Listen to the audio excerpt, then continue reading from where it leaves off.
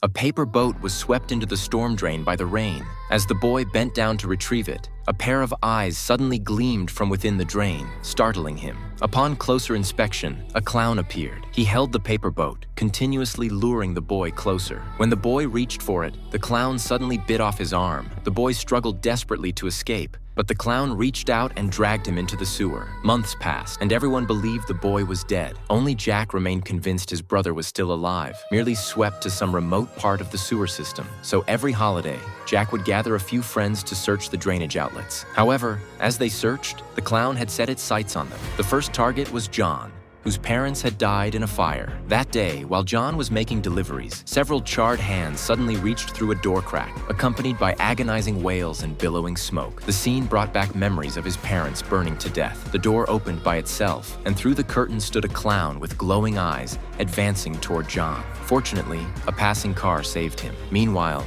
David was reading in the library. He stumbled upon records showing that masses of children disappeared from the town every 27 years. As David continued researching, he suddenly saw an image of a severed head hanging from a tree, causing him to slam the book shut in terror. Just then, a red balloon floated by. David curiously followed him, only to encounter the headless figure from the book. As it pursued him, David ran for his life. When he looked back, the headless figure had transformed into the clown. Luckily, the librarian appeared just in time, and David escaped unharmed. The clown's next target was Anna. She had a perverted father who constantly sniffed her hair. Anna cut it off and threw it down the drain. Soon after, eerie sounds emanated from the sewer. She cautiously approached to investigate but saw nothing. Using a measuring tape to probe inside, she pulled out bloodied strands of hair. Countless strands then surged out, entangling Anna. Blood gushed forth, drenching the entire room red. Her father rushed in after hearing the commotion, but strangely, he couldn't see any blood in the room.